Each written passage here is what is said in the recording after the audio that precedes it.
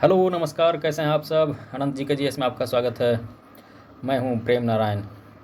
आज जो हम लोग लूसेंट का 45 डेज लेके चल रहे हैं हिस्ट्री का, उसमें मौर्य साम्राज्य देखेंगे। मौर्य साम्राज्य जो है ये नंद वंश के बाद, है ना, धनानंद को पराजित करके चंद्रगुप्त मौर्य ने मौर्य साम्राज्य की स्थापना किया था। तो चलते हैं आगे। मौर्य वंश का जो संस्थापक था वो कौन था? चंद्रगुप्त मौर्य। ये इसका जो जन्म हुआ था चंद्रगुप्त मौर्य का 345 ईस्वी पूर्व में हुआ था। कब हुआ था? 345 ईस्वी पूर्व में। जस्टिन ने चंद्रगुप्त मौर्य को सेंड्रोकोटस कहा था। क्या कहा था? सेंड्रोकोटस। और जिसकी पहचान विलियम जोन्स किया था। किससे? चंद्रगुप्त मौर्य से। अच्छा, इसमें आपको भी समझ में नहीं आया होगा क्या लिखा हुआ है। जस्टिन ने चंद्रगुप्त मौर्य को कहा था सेंड्रोकोटस, और ये पहचान किया कौन कि सेंड्रोकोटस कौन है? तो चंद्रगुप्त मौर्य है। ये पहचान किया विलियम जॉन्स। ठीक है, आगे चलते हैं। विशाख दत्त कृत जो मुद्रा राक्षस है, यानी मुद्रा राक्षस के जो लेखक हैं विशाख दत्त हैं, उसने चंद्रगुप्त मौर्य के लिए ब्रिसल शब्द लाया है। क्या लाया है? ब्रिसल शब्द। ब्रिसल शब्द का अर्थ होता है निम्न कुल में उत्पन्न, है ना, निम्न कुल में उत्पन्न। धनानंद को हराने के लिए चाणक्य ने चंद्रगुप्त मौर्य को मदद किया था, और बाद में चंद्रगुप्त मौर्य का प्रधानमंत्री बन गया। चाणक्य जो है, इसका दो नाम और है, कौटिल्य और विष्णुगुप्त। इसने एक पुस्तक भी लिखा है, उसका नाम है अर्थशास्त्र। किसने? चाणक्य ने। और उसका संबंध किससे है? राजनीति से। तो ध्यान दीजिएगा कि चाणक्य जो है चंद्रगुप्त मौर्य का प्रधानमंत्री बनता है और उसका गुरु भी है, और उसने एक पुस्तक लिखी है अर्थशास्त्र, जिसका संबंध किससे है? राजनीति से। चंद्रगुप्त जो है मगध की राजगद्दी पर 322 ईसा पूर्व में बैठता है। चंद्रगुप्त जैन धर्म का अनुयायी है। किस धर्म का? जैन धर्म का अनुयायी था। चंद्रगुप्त ने अपना अंतिम समय श्रवणबेलागोला, है ना, ये कहाँ है? श्रवणबेलागोला कर्नाटक में, यहीं पे बिताया था। चंद्रगुप्त ने 305 ईसा पूर्व में सेलुकस निकेटर को हराया। किसको हराया था? सेलुकस निकेटर को। अच्छा, सेलुकस निकेटर था कौन? ये था सिकंदर का सेनापति, है ना, सेलुकस निकेटर। और जब सेलुकस निकेटर को हराया तो सेलुकस निकेटर ने अपनी पुत्री कार्नेलिया का विवाह कर दिया। किससे? चंद्रगुप्त मौर्य से। ठीक है। युद्ध के संधि शर्तों के अनुसार 4 प्रांत चंद्रगुप्त मौर्य को दिया। कौन कौन प्रांत था? तो वो प्रांत था काबुल, कंधार, हेरात और मकरान। ये 4 वो प्रांत था जो चंद्रगुप्त मौर्य को दिया। कौन? Seleucus Nicator. प्लस में अपना पुत्री का शादी भी कर दिया। चलते हैं आगे।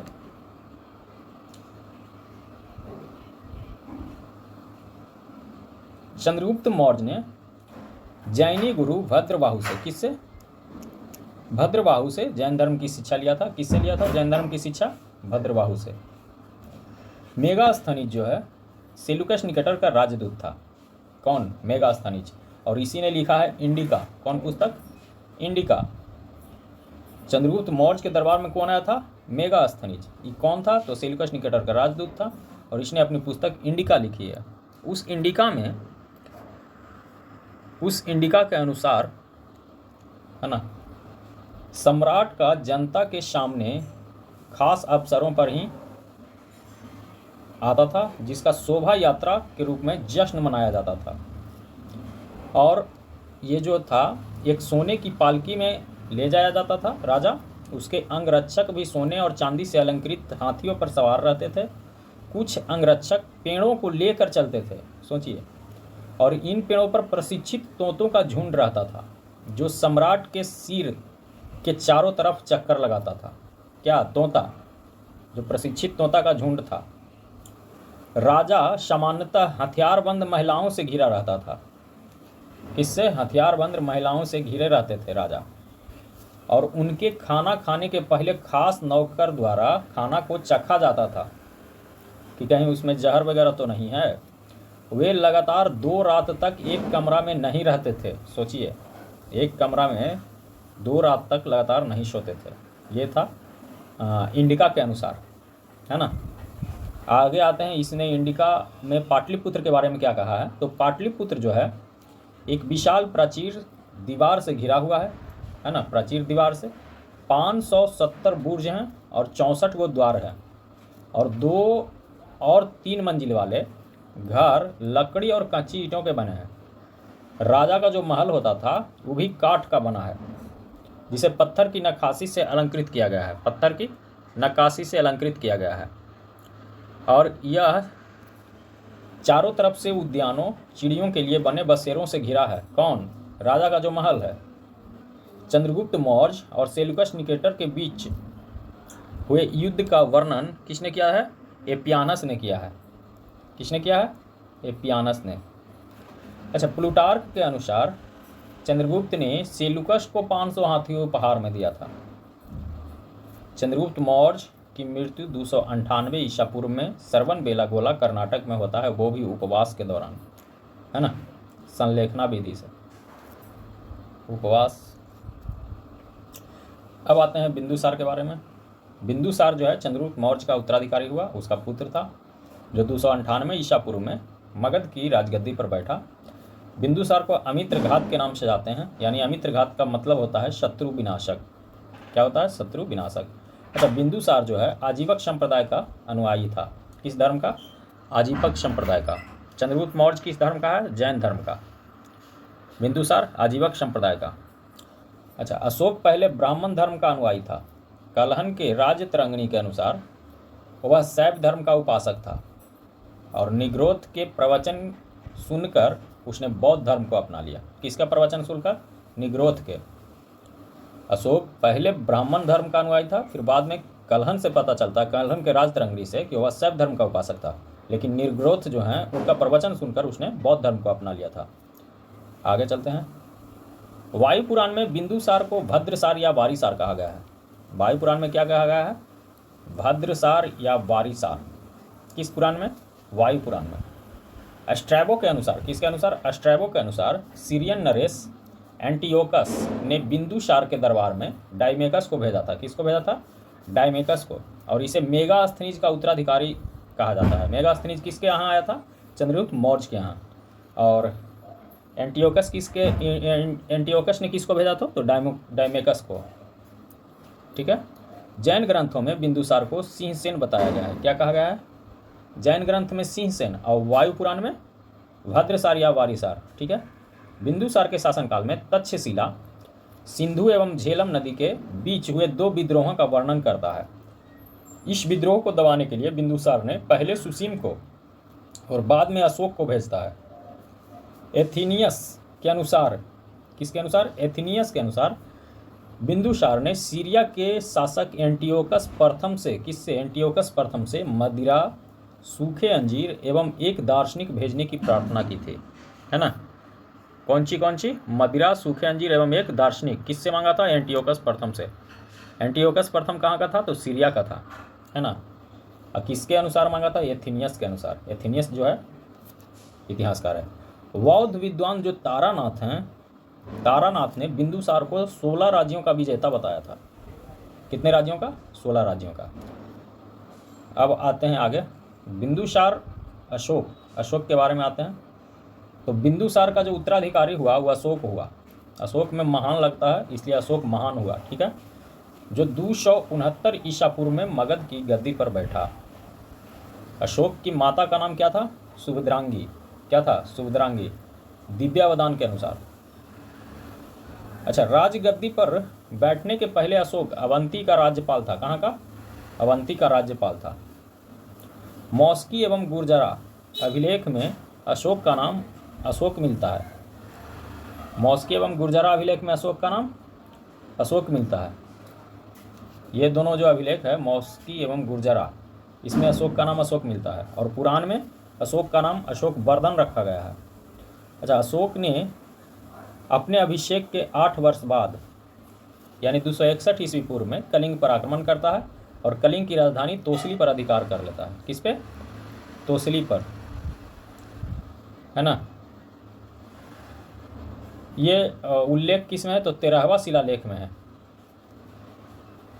कह रहा है कि प्लिनी का कथन है कि मिस्र का राजा फिलाडेल्फस टॉलमी द्वितीय कौन? फिलाडेल्फस यानी टॉलमी द्वितीय ने पाटलिपुत्र में डिनासियस नामक एक राजदूत भेजा था अशोक के दरबार में। किसके दरबार में? अशोक के दरबार में। डायनेसियस, यहाँ डिनासियस लिखा है, डायनेसियस पढ़ा जाता है अभी। तो 3 गो इसके मौर्य साम्राज्य में 3 गो आया विद्वान। कौन कौन? ध्यान दीजिएगा। इंडिका के पुस्तक के लेखक मेगास्थनीज। कौन आया? मेगास्थनीज। मेगास्थनीज आया किसके दरबार में? चंद्रगुप्त मौर्य के, है ना। और फिर आया डायमेकस। डायमेकस आया बिंदुसार हैं, बिंदुसार हैं, ठीक है। अब फिर आया कौन? फिर आया डायनेसियस, ये आया अशोक के, ठीक है। अशोक ने बौद्ध धर्म की जो दीक्षा ली थी वो उपगुप्त से ली थी। किससे? उपगुप्त से। ये बौद्ध भिक्षु थे और इसी से अशोक को बौद्ध धर्म की दीक्षा मिली थी। आजीवक संप्रदाय के स्थापना मखली गोसाल ने किया था। अशोक एक उपासक के रूप में अपने राज्याभिषेक में 10वें वर्ष, कितना वर्ष? 10वें वर्ष बोध गया था। कहाँ गया था? बोध गया। और 12वें वर्ष निगाली सागर और 20वें वर्ष लुम्बिनी। 20वें वर्ष कहाँ गया जी? लुम्बिनी। लुम्बिनी नेपाल में पड़ता है। यानी 10वें वर्ष गया बोध गया, 12वें वर्ष निगाली सागर और 20वें वर्ष लुम्बिनी, ठीक है। अशोक ने आजीवकों को रहने के लिए बड़ावर की गुफाओं में, बड़ावर कहाँ? जहानाबाद, जेहानाबाद, ठीक है, बिहार।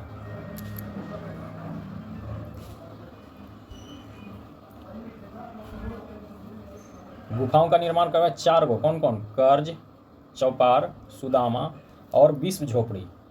आप अगर बड़ावर जाते हैं पहाड़, है ना, तो वहाँ ये 4 गुफा आपको मिलेगा। अशोक के पौत्र दशरथ ने आजीवकों को नागार्जुन गुफा प्रदान किया था। अशोक के 7वें स्तंभ लेख में, 7वें स्तंभ लेख में आजीवकों का उल्लेख किया गया है। किसलिए? 7वां स्तंभ लेख में। और महामात्रों की आजीवकों के हितों का ध्यान रखने के लिए कहा गया है ना। अशोक ने बौद्ध धर्म के प्रचार के लिए अपने पुत्र एवं पुत्री महेंद्र और संघमित्रा को श्रीलंका भेजा था। किसको? महेंद्र और संघमित्रा को। बौद्ध परंपरा एवं उनके लिपियों के अनुसार अशोक ने 84,000 स्तूप का निर्माण करवाया था। कितना जी? 84,000 स्तूप। भारत में शिलालेख का प्रचलन अशोक ने किया। अशोक के शिलालेख में ब्राह्मी, खरोष्टी, ग्रीक, अरमाइक, चारों, है ना, 4 लिपि का प्रयोग हुआ, जिसमें ग्रीक एवं जो अरमाइक है वो लेख अभी कहाँ है? अफगानिस्तान में। ग्रीक एवं अरमाइक कहाँ? अफगानिस्तान में। खरोष्टी जो लिपि है वो कहाँ? उत्तर पश्चिम पाकिस्तान से, और शेष भारत से ब्राह्मणी लिपि। खरोष्टी लिपि जो होती है दाईं से बाईं ओर लिखी जाती है, दाईं से बाईं ओर। जैसे देखिए कैसे लिखा जाता है, जो बताते हैं। दाईं से पहले इधर से लिखते हुए जाएगा और फिर अगर भर गया तो इधर से लिखते आएगा, यही होगा खरोष्टी लिपि। अब फिर इधर से जाएगा, फिर इधर से आएगा, ऐसे, ठीक है। अशोक के शिलालेख के 3 भागों में बांटा गया है। कौन कौन? शिलालेख, स्तंभ लेख, गुहा लेख, है ना। अशोक के शिलालेख की खोज 1750 में पादेट्री पैंथेलर, जिसको टी पैंथेलर कहा जाता है, ने किया था और इसकी संख्या जो है 14 बताया था। अशोक के अभिलेख पढ़ने में सबसे पहले सफलता मिला जेम्स प्रिसेम्प को। जेम्स प्रिसेम्प को कितना में पढ़ा? 1837 में। खोजा कब? 1750 में, है ना। खोजा 1750 में और सफलता मिला पढ़ने में 1837 में। तो चलते हैं शिलालेख के बारे में पढ़ते हैं। पहला में कहा गया पशु बलि की निंदा, है ना। पशु बलि की निंदा की गई है, यानी पशु बलि देना खराब बात है। दूसरा शिलालेख में अशोक ने मनुष्य एवं पशु दोनों को चिकित्सा व्यवस्था का उल्लेख किया है। तीसरा शिलालेख में कहा कि इसमें राजकीय अधिकारियों को आदेश दिया गया कि हर 5वें वर्ष के उपरांत दौरे पर जाएं, है ना। और इसमें कुछ धार्मिक नियम भी बनाया गया। चौथा में क्या किया गया कि अभिलेख में भेरी घोष की जगह धम घोष की घोषणा की गई। भेरी घोष की जगह धम घोष। भेरी घोष माने युद्ध की घोषणा की जगह पर धार्मिक घोषणा, धर्म की घोषणा। 5वां शिलालेख, इसमें धर्म महापात्रों की नियुक्ति हुई। 6ठा में है कि आत्मनियंत्रण की दीक्षा, कैसे आत्मनियंत्रण लेना है। 7वां में है अशोक की तीर्थ यात्राओं का वर्णन, 7वां और 8वां में, है ना। 9वां में है सच्ची भेंट और सच्चे शिष्टाचार का उल्लेख, सच्ची भेंट और सच्चे शिष्टाचार का उल्लेख। 10वां में है अशोक ने आदेश दिया कि राजा और उच्च अधिकारी हमेशा प्रजा के हित में सोचेंगे। 11वां में धम्म की व्याख्या की गई। और 12 में स्त्री महामात्रों की नियुक्ति की गई, स्त्री महामात्रों की नियुक्ति की गई एवं सभी प्रकार के विचारों के सम्मान की बात कही गई। 13 में है कि कलिंग युद्ध का वर्णन और अशोक के हृदय परिवर्तन की बात कहा गया। इसमें 5 यावन राजाओं के नामों का उल्लेख है जिसने धर्म प्रचारक भेजे थे। 14 में है कि जनता को धार्मिक जीवन बिताने के लिए अशोक ने प्रेरित किया था। ये 14 को शिलालेख है अशोक का, है ना। और बाकी देखते हैं, इसमें 7 गो स्तंभ लेख है। स्तंभ लेखों की संख्या कितनी है? 7, जो केवल ब्राह्मणी लिपि में लिखी गई है। ये 6 अलग अलग स्थानों से प्राप्त हुआ है। कहाँ कहाँ से देखते हैं। पहला प्राप्त हुआ है प्रयाग स्तंभ लेख, कौशाम्बी में स्थित था पहले, और ये स्तंभ लेख को अकबर ने इलाहाबाद के किले में स्थापित कर दिया। फिर है दिल्ली टोपरा। यह स्तंभ लेख जो है फिरोज शाह तुगलक के द्वारा टोपरा से दिल्ली लाया गया, टोपरा से दिल्ली लाया गया। फिर है दिल्ली मेरठ। पहले मेरठ में स्थित यह स्तंभ लेख था, अब फिरोज शाह द्वारा दिल्ली लाया गया। किसके द्वारा? फिरोज शाह द्वारा। फिर है 4 में रामपुरवा स्तंभ लेख, ये चंपारण बिहार में है। इसकी खोज जो है 1872 ईस्वी में कार्लायल ने किया था। लौरिया अरराज चंपारण बिहार में ये भी है। लौरिया नंदनगढ़ ये भी चंपारण बिहार में है। और ये जो है लौरिया नंदनगढ़, इस पर मोर का चित्र बना हुआ है। किसका? मोर का। कौशाम्बी का जो अभिलेख है सबसे छोटा रानी का अभिलेख कहलाता है ना। कौशाम्बी का अभिलेख क्या कहलाता है? रानी का अभिलेख। 7वां जो अभिलेख है सबसे लंबा है और सबसे छोटा स्तंभ लेख है रुमिनदेई। इसमें जो है लुम्बिनी के धर्म यात्रा के दौरान अशोक द्वारा भू राजस्व की दर घटा देने की घोषणा की गई है। प्रथम पृथक शिलालेख के बारे में, प्रथम पृथक शिलालेख में यह घोषणा की गई कि सभी मनुष्य मेरे बच्चे हैं। अशोक का सार एक कूना अभिलेख ग्रीक एवं अरमाइक में है। साम्राज्य में मुख्यमंत्री एवं पुरोहित की नियुक्ति के पूर्व इनके चरित्र को काफ़ी जांचा परखा जाता था, जिसे उपधा परीक्षण कहते हैं। कौन परीक्षण? उपधा परीक्षण। पहले जांच परख लेता था, है ना, मुख्यमंत्री या पुरोहित बनाते समय, उसके बाद ही उसको बनाया जाता था। अच्छा, सम्राट के सहायता के लिए एक मंत्री परिषद होती थी जिसमें 12, 16 या 20 हुआ करता था सदस्य, है ना। अर्थशास्त्र में शीर्षस्थ अधिकारी यानी शीर्ष अधिकारी के रूप में तीर्थ का उल्लेख मिलता है, जिसे महामात्र कहा जाता है। इसकी संख्या 18 थी। किसकी? महामात्र की। अच्छा, अर्थशास्त्र में जो चर जासूस को कहा जाता है, चर किसको कहा जाता है? जासूस को। अशोक के समय मौर्य साम्राज्य प्रांतों की संख्या 5 थी और प्रांतों को चक्र कहा जाता था। प्रांतों को क्या कहा जाता था? चक्र। आगे चलते हैं। प्रांतों के जो प्रशासक होते थे वो कुमार या आर्यपुत्र या राष्ट्रिक कहलाते थे। प्रांतों का विभाजन विषय में किया गया था, जो विषयपति के अधीन होते थे। प्रशासन की सबसे छोटी इकाई ग्राम थी, जिसका मुखिया ग्रामिक था। सबसे छोटी इकाई क्या थी? ग्राम, और मुखिया क्या था? ग्रामिक। प्रशासनों में सबसे छोटा गोप था। कौन था? गोप। प्रशासकों में जो 10 ग्रामों का शासन संभालता था। यानी सोचिए कि प्रशासन की सबसे छोटी इकाई ग्राम थी, जिसका मुखिया ग्रामिक था, और प्रशासकों में सबसे छोटा गोप था, यानी कि जो 10 ग्रामों को संभालता था। यानी 10 ग्रामिक के बराबर एक गोप था, है ना। 10 ग्रामिक के बराबर एक गोप था। मेगास्थनीज के अनुसार नगर का प्रशासन 30 सदस्यों का एक मंडल करता था, जो 6 समितियों में विभाजित थे, और प्रत्येक समिति में 5 सदस्य होते थे। 30 सदस्यों का एक मंडल करता था, जिसमें 6 समितियां थी और प्रत्येक समिति में 5 सदस्य थे।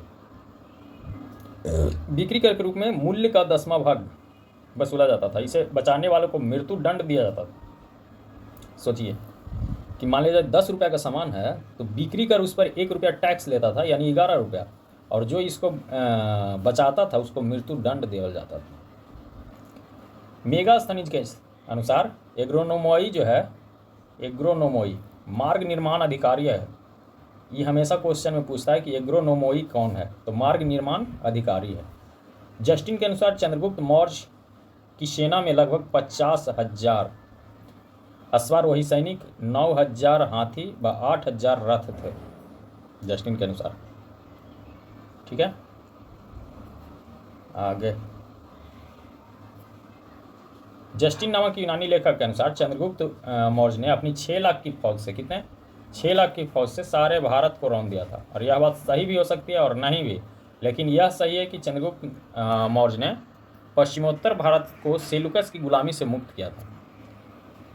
पश्चिमोत्तर भारत को सेलुकस की गुलामी से क्या किया था, मुक्त किया था, क्योंकि सेलुकस को हराया तो सेलुकस की पुत्री कर्नेलिया से शादी कर लिया, और जब कर्नेलिया से शादी किया तो कर्नेलिया से शादी करने के बाद इसको 4 प्रांत मिले थे, है ना, काबुल, कामरान, हेरात और कंधार।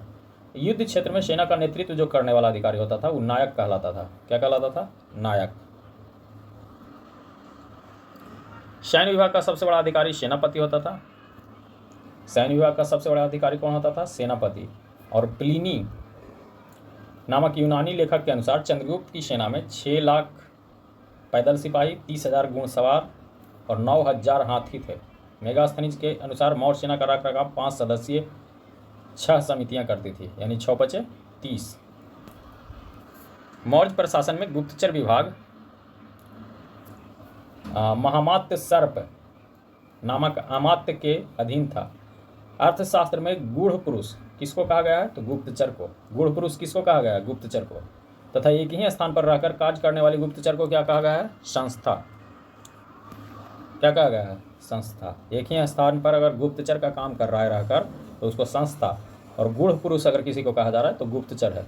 एक स्थान से दूसरे स्थान पर भ्रमण करके कार्य करने वाले गुप्तचर को संचार यानी फैलाना, है ना, संचार कहा जाता है। अशोक के समय जनपदीय न्यायालय के न्यायाधीशों को राजुक कहा जाता था। क्या कहा जाता था, राजुक। अच्छा, सरकारी भूमि जो राजा का भूमि था, सरकारी भूमि, उसको सीता भूमि कहते थे।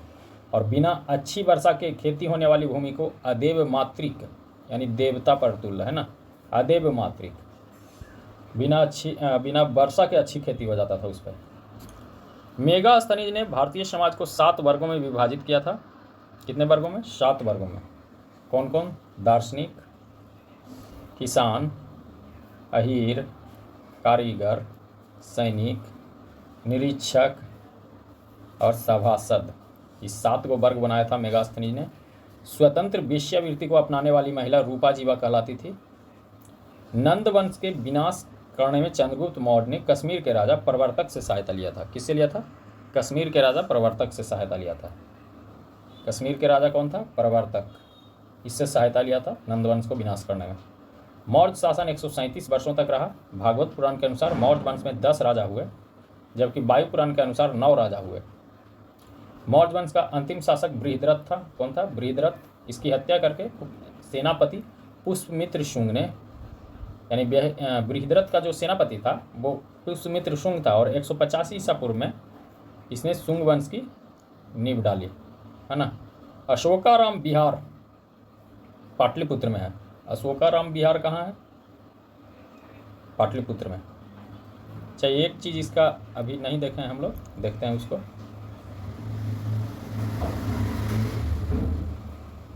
मेन चीज़ ये है, अर्थशास्त्र में वर्णित तीर्थ यानी क्या किसको कहा जाता था, है ना। चलते हैं। मंत्री था जो प्रधानमंत्री है। पुरोहित धर्म और दान विभाग का प्रधान है। सेनापति सैन्य विभाग का प्रधान है। राजपुत्र युवराज को कहा जाता था, राजपुत्र राजा का पुत्र, है ना। द्वारिक द्वार रक्षक, राजकीय द्वार रक्षक को क्या कहते थे, द्वारिक। अंतर्वेदिक अंतःपुर का अध्यक्ष। समाहर्ता यानी आय का संग्रह करता। सन्निधाता राजकोषीय कोषाध्यक्ष। प्रशास्ता यानी कारागार का अध्यक्ष। प्रदेष्टि यानी कमिश्नर, प्रदेश का मैंने मेन प्रदेश का कमिश्नर, पौर यानी नगर का कोतवाल, है ना, व्यवहारिक यानी प्रमुख न्यायाधीश, नायक यानी नगर रक्षा का अध्यक्ष, कर्मांतिक यानी उद्योगों एवं कारखानों का अध्यक्ष, मंत्री परिषद यानी अध्यक्ष, दंडपाल यानी सेना का सामान एकत्र, दंडपाल, दुर्गपाल दुर्ग रक्षक, अंतपाल सीमावर्ती दुर्गों का रक्षक। तो ये सब याद कर लेंगे। आगे चलते हैं। क्या था, करा है कि प्रशासनिक समिति एवं उनके कार्य। समिति प्रथम जो था, प्रथम समिति क्या करता था कि उनका कार्य था उद्योग एवं शिल्प कार्य का देखरेख करना। द्वितीय समिति था विदेशियों की देखरेख। तृतीय था जन्म मरण का विवरण रखा, यानी कि जिसके पास पूरा डेटा रहता था वो तृतीय समिति थी। चतुर्थ था जो व्यापार और वाणिज्य की देखभाल करता था, है ना। और पंचम जो समिति था निर्मित वस्तुओं का विक्रय करता था, निरीक्षण। छठा था जो बिक्री कर वसूल करता था। बिक्री कर कितना था, 10वां भाग, यानी कि 10 रुपये के सामान पर 1 रुपया का बिक्री करता। सैन्य समिति एवं उनके कार्य। सैन्य समिति एवं उनके कार्य। सैन्य समिति में प्रथम जो था जल सेना की व्यवस्था करता था। द्वितीय यातायात एवं रसद की व्यवस्था। तृतीय जो था पैदल सैनिकों की देखरेख। और चतुर्थ जो था अश्वारोहियों की देखरेख करता था, है ना। और पंचम था गज सेना की देखरेख। छठा था जो रथ सेना की देखरेख, है ना। यही था इतना। तो मेन रूप से पढ़ लेते हैं एक बार, फिर बैक कर देते हैं, आपको बता देते हैं क्या कैसे था, बैक करके बता देते हैं, मेन पॉइंट बता देते हैं।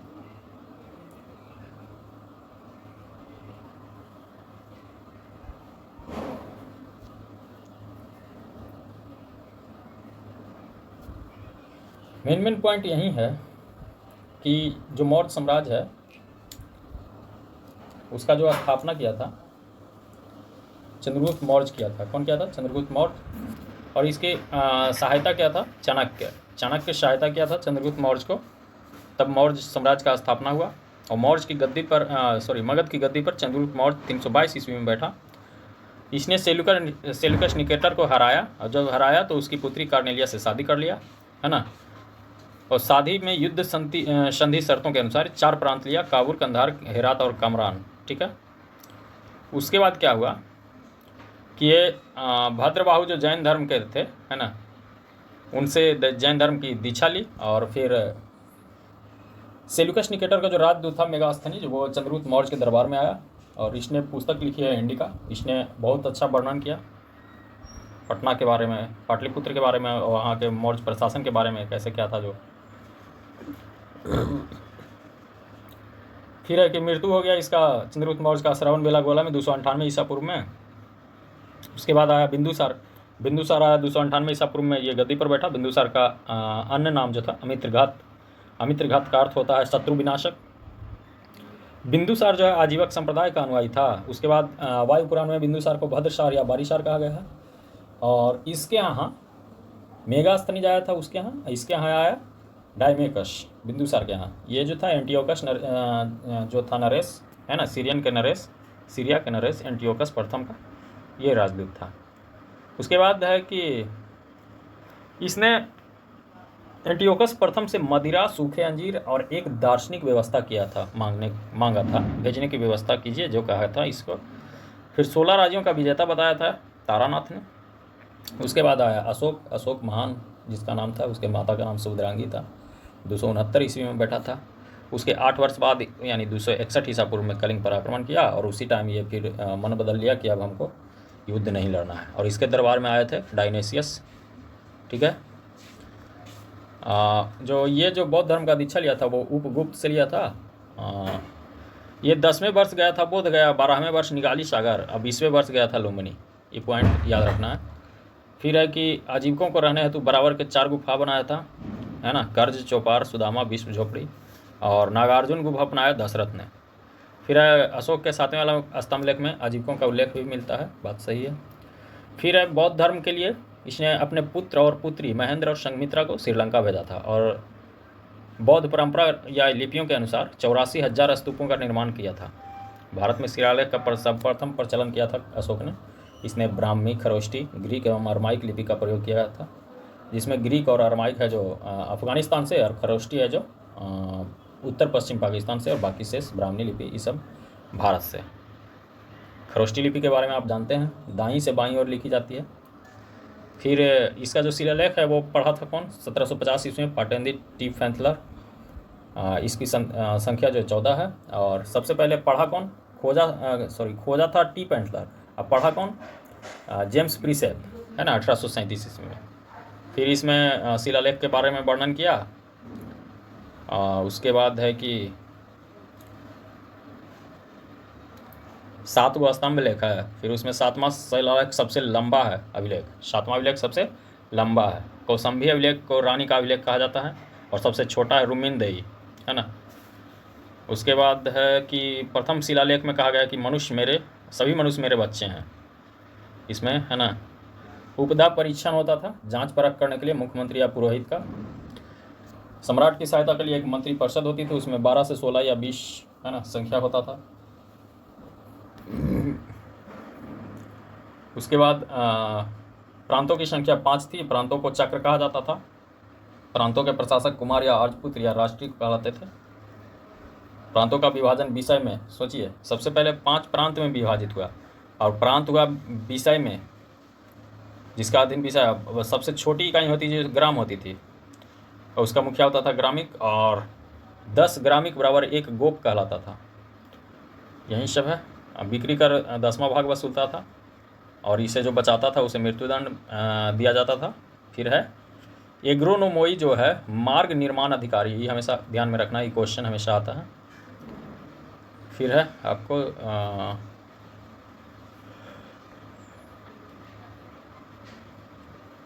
कहता है प्लिनी के अनुसार 6 लाख पैदल सिपाही, 30,000 घुड़सवार और 9,000 हाथी था। किसके पास? चंद्रगुप्त मौर्य के पास सबसे ज़्यादा सेना था। 5 सदस्यीय समितियां करती थी सेना का देखभाल, जिसमें 6 समितियां होती थी, 5 सदस्य, 6 समिति, यानी 30 टोटल। गुड़ पुरुष को कहा गया है, गुप्तचर को, है ना। और जो संस्था कार्य करती है, गुप्तचर जो एक ही स्थान पर रहकर, उसे संस्था कहा गया है। जो भ्रमण करके कार्य करता है उसे संचार कहा गया है। सरकारी भूमि को सीता भूमि कहा गया है, और बिना वर्षा के अच्छी खेती हो रही है तो अदेव मातृक कहा गया। यही सब है। स्वतंत्र वेश्यावृत्ति अगर कोई कर रही है तो रूपा जीवा कहलाता है। इसने नंद वंश का विनाश करने के लिए कश्मीर के राजा प्रवर्तक से सहायता लिया था चंद्रगुप्त मौर्य ने। मौर्य वंश 137 वर्ष तक रहा, और इसका अंतिम जो शासक था बृहद्रथ था, और इसकी हत्या कौन किया? पुष्यमित्र शुंग। यही था आपका टोटल सार। चलिए, थैंक यू, धन्यवाद। वीडियो अगर अच्छा लगे तो लाइक एंड सब्सक्राइब जरूर करें। ऐसे ही आगे भी हम लूसेंट का टोटल चैप्टर लेके आएंगे धीरे धीरे, ठीक है। चलिए।